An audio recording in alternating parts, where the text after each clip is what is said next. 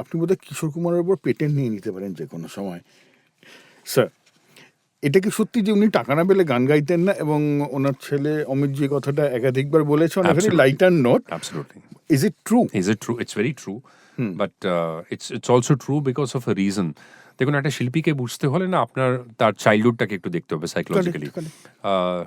Kishore Kumar is not understood যখন সে বম্বের Kishore Kumar. Kishore Kumar is best understood যখন সে আবাস কুমার গাঙ্গুলি এন্ড খান্ডোয়া, ও, যেখানে তার জন্ম হয়। জন্ম হয়েছিল। এবং that Kishore Kumar is a lot more different.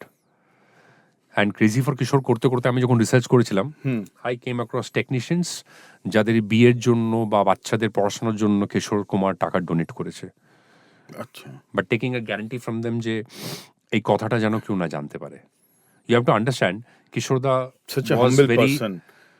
miserly with producers in Bombay যারা শুধু টাকার ওই ল্যাঙ্গুয়েজটা বুঝতো, but he was not miserly with people who loved him from the heart, আচ্ছা, and that is the difference. So all these stories that you hear, it is a side of him যেটা that উনি is the তৈরি part of করেছেন। like an iceberg. He He was has like an created this persona. উনি এই পার্সোনাটা তৈরি করেছেন যে আমার কাছে এসে ফ্রিতে তুমি কিছু এক্সপেক্ট করো না। ব্যাকএন্ডটা কেউ জানতেন না যে কারণ উনি কোথায় হিউমিলিয়েশন donate আর রিজেকশন করছেন। কি হয় কিশোর কুমার ফিল করেছে। দাদামণি ছোট ভাই বলে সবাই তাকে সহ্য করতো এক টাইমে। হ্যাঁ, ইনিশিয়াল ডেজে কিশোর কুমারকে কেউ পাত্তা দিত না। It was only S D Burman who really understood that he has the voice to become a singer.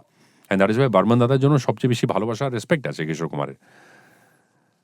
আমি কিশোর কুমারের কাউন্টলেস স্টোরিজ আপনাকে বলতে পারি যখন উনি ফ্রিতে পারফর্ম করেছেন। আচ্ছা, একটা হসপিটালের জন্য ডোনেট করতে করতে একটা ফান্ড রেজিং প্রোগ্রাম করেছেন, আপনি জানেন? হ্যাঁ, শুনেছি ওটা আমি। কতজন জানে? No one. Because he did not want this side. মিডিয়ার ইন্টারভিউ যখন হতো না, তার জন্য এই কঙ্কাল একটা বাড়িতে মানে একটু ক্রেজি হওয়ার ওই পুরো ব্যাপারটা। ভাই, যে পাগল আছে তোমরা ক্রেজি বলছো, and you're talking about him in such a way that Kishore Kumar is mad, he's crazy, he's eccentric. Go back to see that guy যে আজ চালকে তোছে আর মঞ্জিলে আপনি জায়গায় গিয়েছে। এই ডেপথ একটা আর্টিস্ট যদি আনতে পারে, তার জীবনে কতটা কষ্ট আর ইমোশন আছে সেটা বোঝার জন্য I think you again need to hear it from the heart and not from the years.